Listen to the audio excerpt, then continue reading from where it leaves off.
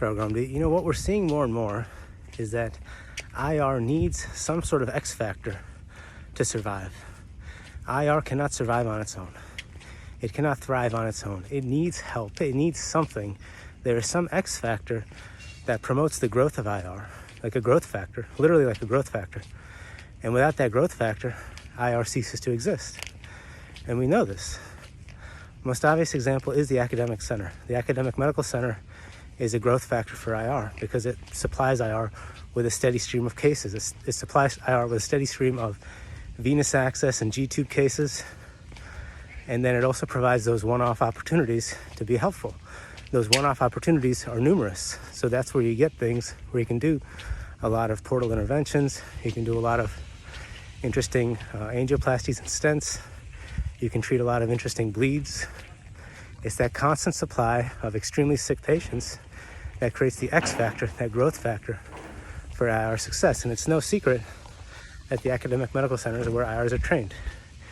The training programs need that X factor in order to create IR work, to basically perform the work themselves and to create opportunities for training. But we notice that we get out into the real world and a lot of those X factors go away. Right? We don't have the liver transplant surgeon creating a steady stream of complications that IRs can treat.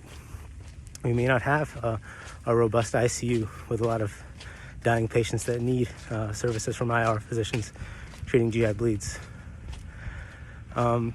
Places where IR succeeds in the real world need some sort of X factor. Now, a PAD factory, which I don't want to call it that, a place where you do a lot of PAD, an outpatient PAD lab, has an X factor, right? It has people that have invested into the physical property, into the physical machines, and they've invested into the business. The goal of the business being that we see a lot of patients that have this disease and we treat this disease and we are reimbursed at a high level from the government. We optimize that reimbursement.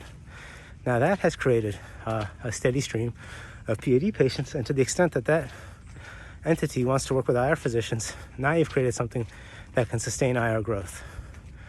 A place where they do dialysis interventions like angioplasties and stenting of the dialysis circuits or declots, it's kind of the same thing. One is a partnership with nephrologists, the other is a partnership with podiatrists. But the same idea, you sort of artificially increase the referrals because everybody is sort of in on the game. I wouldn't say they were colluding, I would say they're in partnership. They have created a financial system and a real medical system that rewards the patients and the providers, the physicians. It rewards all entities to the degree that they are involved, and everybody has their area of involvement. Some people are involved in just the clinical activity.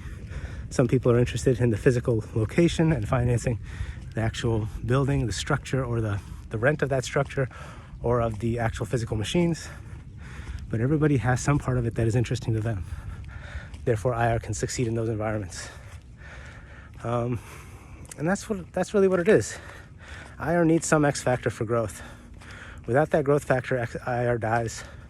IR becomes things that are, not bad or good. It's just things like Ferris, Thoris, LPs, milligrams, things that you don't need to do a 1 year or 2 year intense fellowship to do, but the work is there, and that's fine.